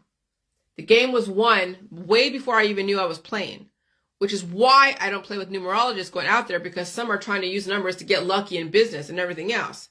But some are not using as an indicator to know what you're in for, to prepare for some pretty shitty shit that's going to happen. Okay? And so the number 7 and all that. But that's just the tip of the iceberg. It's 2050, but 2060 will be the complete cycle. 2060, because that then starts over again. And then 2080, 2090, 11, 12, 13, 2020, not 2020, 3,000, is that what it is? 3,000. Fuck. 2090 plus 10 is 3,000. No, 3,100. No, 2,100. 2,100, 3,000. Jesus Christ. I don't know. When you get to these high numbers, so 2,100, not 3,000. Jesus, Jillian, can you not know how to do? Well, I don't count that high to, it's like, I only know from the 1980s, 1990s, 2000, then you're getting past 2050, 2060, and it's like, holy shit. 2,100. 2,100. That's probably when the Georgia Guidelines will probably realize itself. Maybe even more so in 2050. But you're now just seeing the kickoff of some pretty aggressive shit. And we're going to have 12.9 billion. And so I would not be afraid of 3D meat, because it's the same, amino acids, so don't even get all there. And the whole thermodynamics, entropy 2 to 1, everything is working against you. Because the protection, the antigen antibody programming is energy taken away from you that you have to always feed. You can't get away with the diets. You can't get, and the thing with the whole J world is, again, not starving yourself because you think you're gaining weight. It's seriously getting sick, blowing your nose, coughing, even pulling out the crap when you need to. So you still feed, so you can take out those little colony forming units and you still feed your body. So the little babies inside of you are not eating the infrastructure and cannibalizing the parents. And so when you understand thermodynamics and entropy 2 to 1, you'll understand everything and everybody is out to get you and is working against you. Then you pick and choose situations worth the risk. The first law of biology, all living organisms obey the laws of thermodynamics. The second law of biology, all living organisms consist of membrane-encased cells. The third law of biology, all living organisms arose in the evolutionary process. And so no matter what, I don't say you're dying, but you always have to pick and choose situations that do not accelerate the fertility situation causing thermodynamics. Fertility is deadly. And even though you didn't see it before in the old world, you're seeing it now in the new world. We have some journalists in my town who had a baby, and that baby is fighting for its life right now. So you're seeing the 10 plagues realize itself. But fertility has always been deadly. Fertility is the aggressive thermodynamics. And if you're afraid of food, yeah.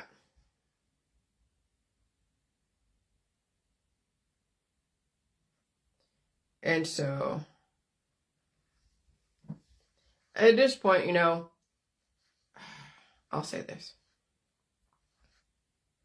Occam's razor. It's so simple, it's complicated. Humans complicate things because they're easily programmed, especially when they regurgitate what was taught to them.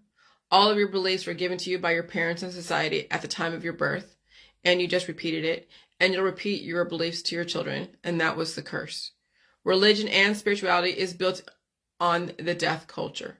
And people are afraid the system is destroying them, but they are afraid of unvaccinated people and vaccinated people, and they're afraid of food and water and air, but they're not afraid of their friends and family or themselves.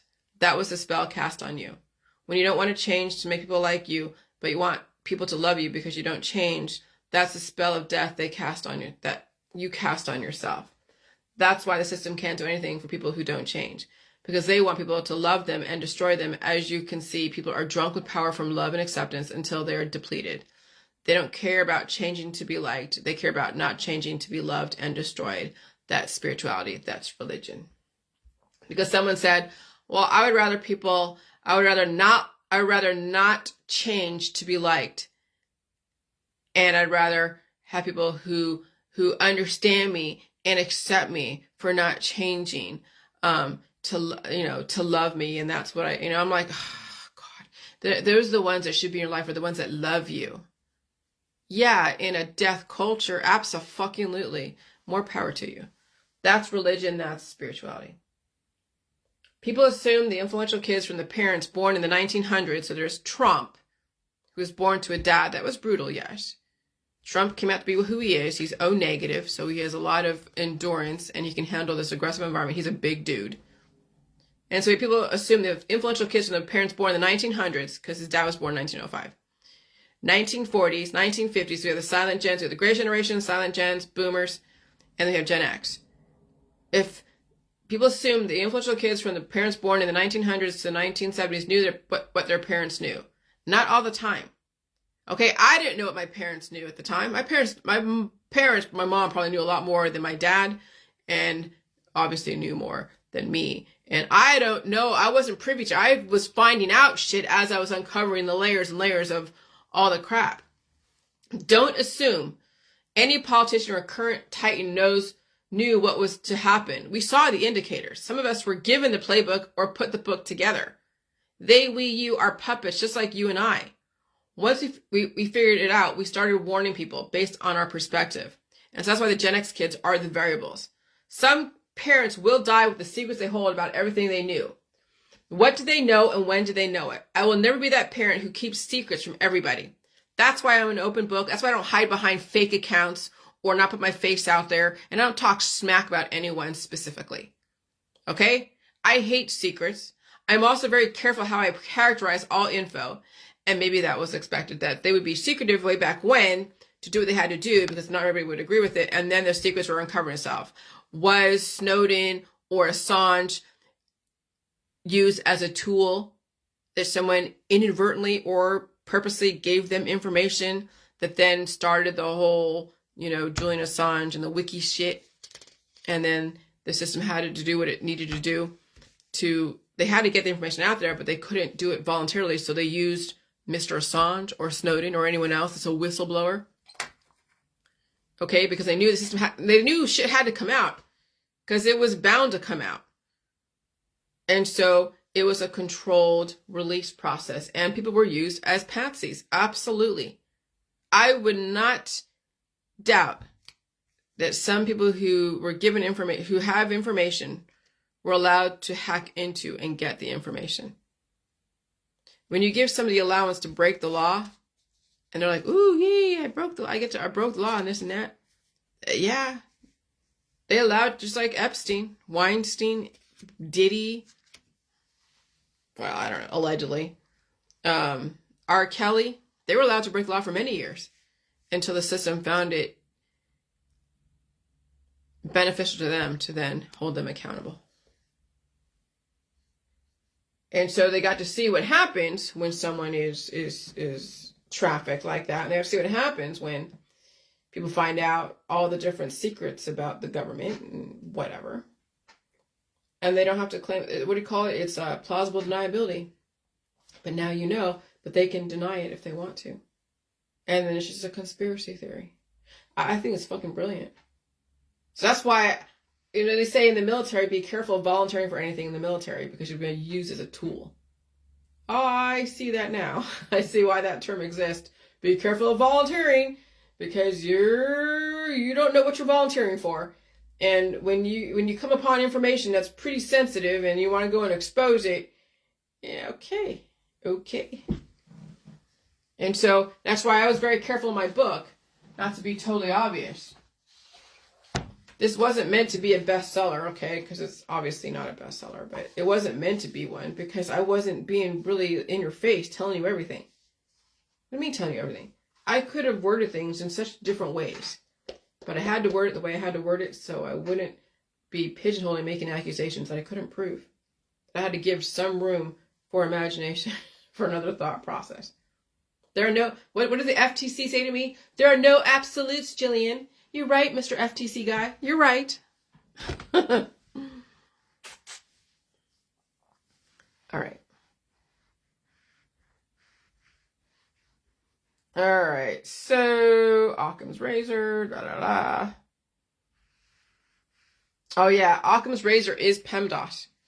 In simpler language, Occam's razor states that the simplest explanation is preferable to one that is most complex. Simple theories are easier to verify.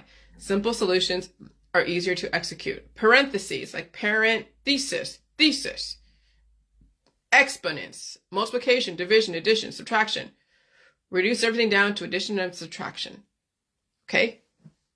And so you have a thesis, like I have a thesis, and then I have all the supporting documentation. And yeah, I'm having fun with AI. Oh yeah, Y2K was 24 years ago. And then there's earthquakes and stuff like that. And I love that song from Goatee. Somebody that I used to know that song.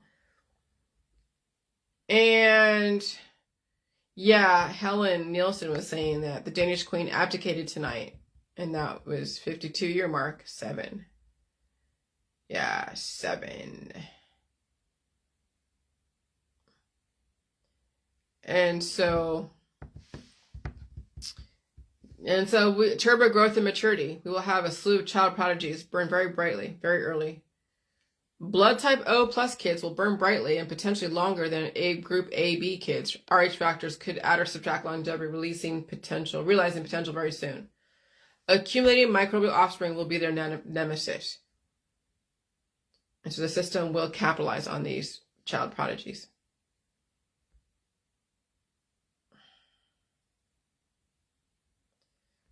All right.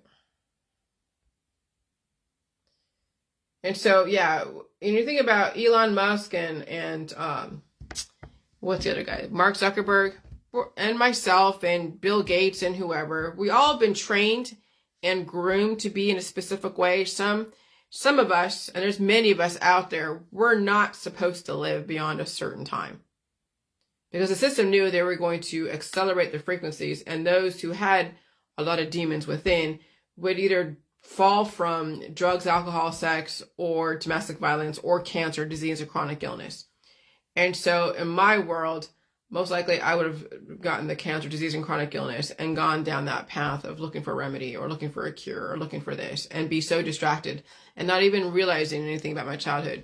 But nope, I was the monkey wrench in that outcome. Okay? So, Elon Musk can do what he does because he was groomed in a specific way, and he's going to resist being on the right side.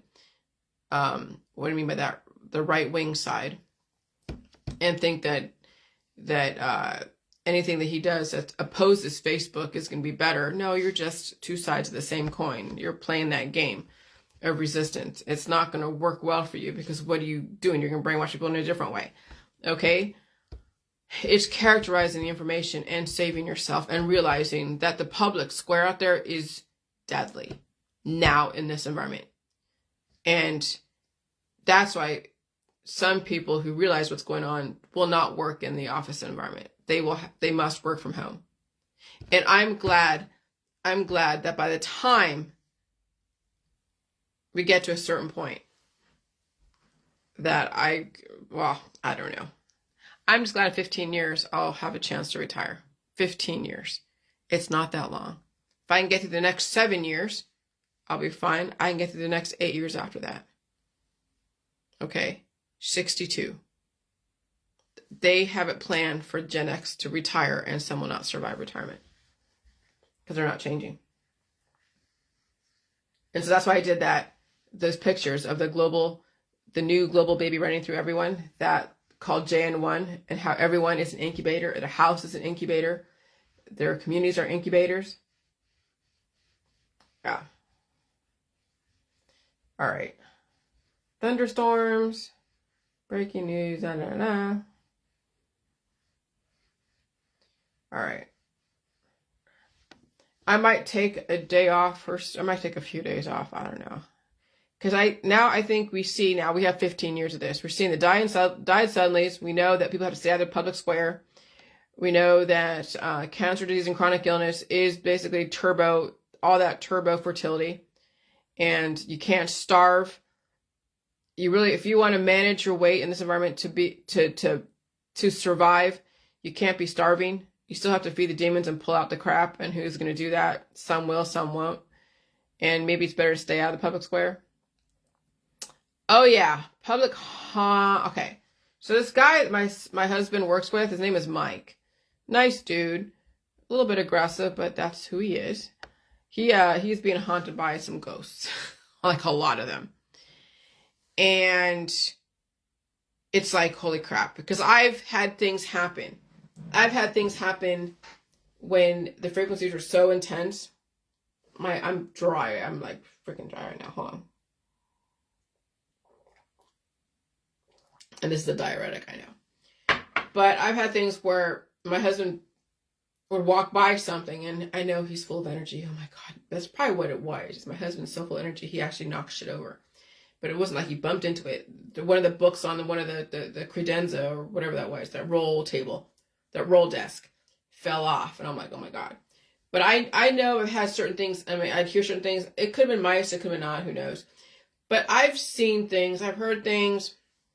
Sometimes I hear stuff upstairs, like someone's walking up in my attic.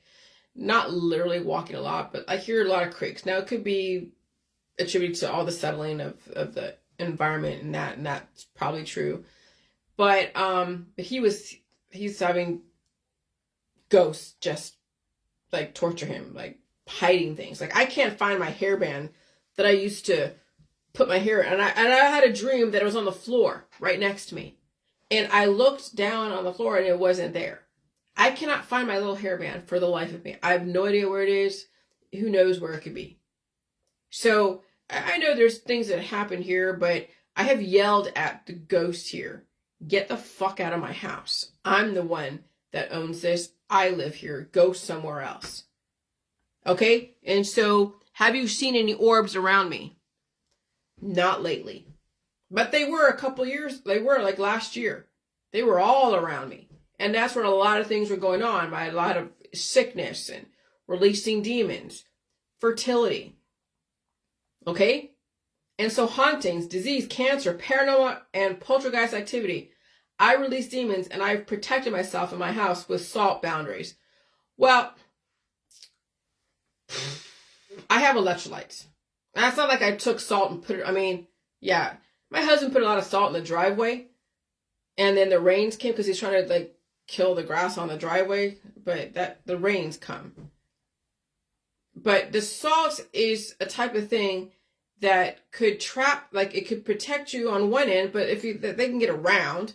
But if you release ghosts out of your malevolent spirits out of your space and you put a salt boundary on you, okay, great. You're protected for a certain amount of time. But then they're like, well, you should sage stuff. People are like, you should sage stuff. But I'm thinking sage is no different than someone taking an herbal remedy or some kind of detox method, where I remember feeling so wonderful when I did one detox, but then all the spirits came back. All of my PMDD came back. So I remember in the holistic world, when I did some of those detoxes, it was amazing for a minute. It was so amazing for a minute. And then it was just very slow or it was a really quick, nice respite. And then all the shit came back. And so when you think about it, the salt activates things so you can release stuff and purge out, but you have to maintain very good intentions in your body.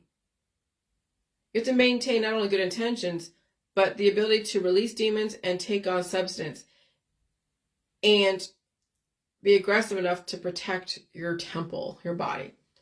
Okay? And so I release demons and I protect myself in my house with salt boundaries. I have a bunch of salt here anyways. Not that I haven't boundary, but they have salt. And positive energetic light. And I still have my 50-pound bag of salt in my house. People are afraid of salt because if demons inside don't like the salt, because they either get trapped in or out. But not really, because again, you can't be cured. You have to be able to take in stuff. And that's the thing about sexuality as well. Developing fertility, demons, that could turn into children. But yes, also spirits inside your body and do fuck with you outside your body. And we live in an occultic world. The system is always encouraging people to play with demons, develop demons, and tame them and train them. And the system finds ways to flush out the demons, called a great reset. Oh, I've experienced the demon world out there. It's brutal. I've had demons in me for many years, torturing the fuck out of me, and I've had to release the demons the last 3 years, and definitely the last 7 years. And if you follow my videos the last few years, you would see my paranormal activity is less because I don't have as many orbs during my Facebook Lives. Okay? The orbs during my Facebook Lives were the sign that there was a portal open and they were attracted to whatever demons I held within. I finally sealed off the openings. It took me a few years, but I do leave enough room for them to come in and out, but they don't stay in, and I'm too strong for the evil spirits. I flush them out spiritually and immunologically. Okay, so spirits in your house are like spirits in your body. And I remember yelling at them, at some of the spirits, when they were making noises downstairs, even in my room. Spirits always come by, and sometimes when they see and feel situations are favorable, they try to stick around and take over. That's like people too, and they're like, oh, I can live with you, and they don't want to ever leave. Yeah, that's like spirits. Just like spirits inside people's bodies, people hold demons in their bodies as well as their house. You may need to purge them out and maintain with salt as far as your food. That's why you don't use my juice so much, because it'll trap the evil spirits inside your body, causing issues or constipation. That's why the J-World is a catalyst to purge out, but not a cure. Even the spirit world knows this. Your house is the same thing as your body when it comes to salt.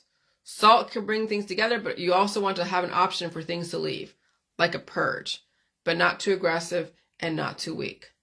But you also must have major awesome intentions for your house and body to keep out the evil spirits. And it's a lot of maintenance. Kind of like my world. Spirits always come in, but I always kick them out. I don't let them stay inside my body too long.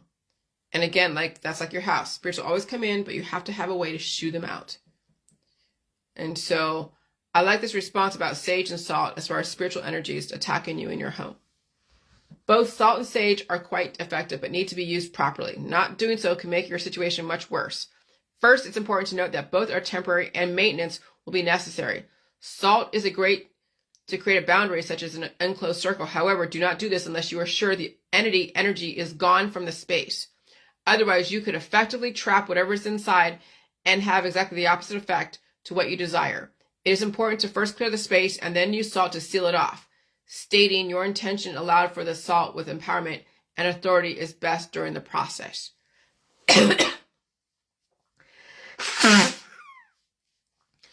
For sage, most people just use this to clear the energy entirely. Sage is like an energetic bomb. Everything leaves, negative and positive. That's like the J world and all the detoxes, okay? Those are all in the detox world. And you see that people in the diet suddenly world. They're recommending people like all the Ivor stuff and all the different detoxes, but it'll make the space empty, leaving it free for anything to creep back in. So whatever corners were holding positive energy are now open for the negative to fill. Be sure to state your intentions to pull in positive, loving, divine, white light of the Creator as you sage. I cannot stress enough for how important this is. This is why hauntings become worse after saging, because oftentimes you've just cleared the way for the negative to fill the entire space when it isn't done. See, when this isn't done. And so that's the thing with the whole J world. You want to release the demons, but when people are doing all those herbal remedies and detoxes, they're leaving themselves open for the negative energy to fill in everything. And that's why people are dying, because all that fertility from all of those herbal detoxes, and of course the starvation, is now filling their space with negative energy, offspring. It's really important to leave open the windows to allow negative energy to leave. Don't sage with everything closed, because what you are commanding to leave is trapped and cannot actually do so. An alternative to sage is Palo Santo, which will clear out the negative and leave the positive. It won't clear the space entirely, which is a good thing, but it isn't necessarily as strong as sage. Okay, so you see how that works. That's the same thing as the J world and then what I got away from in the holistic world. Okay? And you have to keep maintaining.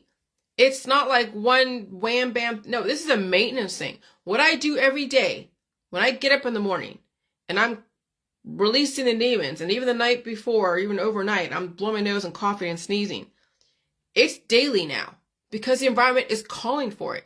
If the environment was not as aggressive as it is today, I wouldn't have to do what I have to do all the time. But I have to even more so in this environment. And now you're watching people even turn to the diet mitigations or the food mitigation diets, and they're turning to all the different remedies and surgeries and things at such an aggressive level that they are remedying themselves out of existence, starving themselves out of existence. And so again, entropy is 2-to-1. The antigen antibody programming is always working against you. You will always be fighting to survive from the protection and the attacks, and food is the only answer, or else the protection and the attacks will destroy you. It's all thermodynamics. Okay? And so yeah, it's all about blood wars. I'm not going to go into too much of the 3 strikes you're out, because I already said that. And so I just stay home and stay safe. I know what I dodge as far as lymphoma. And I know I spoke about the spike proteins. Okay. I'm just trying to make up for what I did before New Year's Eve. Okay. And why is the cost of living higher? Because they want you to put money to the cost of living and not to all your baubles and things. Okay. And so, yeah. In the old world, the more you had in your stable, in your bank account, in your friends and family, the more rich you were. But now all the friends and family and the wealth and all the friends and family and the fame and fortune and all this is going to work against you. Okay? And so, yeah. All right. And I'm tired because because it's energetic and I didn't sleep very well. So you're not supposed to be cured. Artificial intelligence. Okay. All right. So I'm going to take a few days off. I don't know. I don't know. We'll see.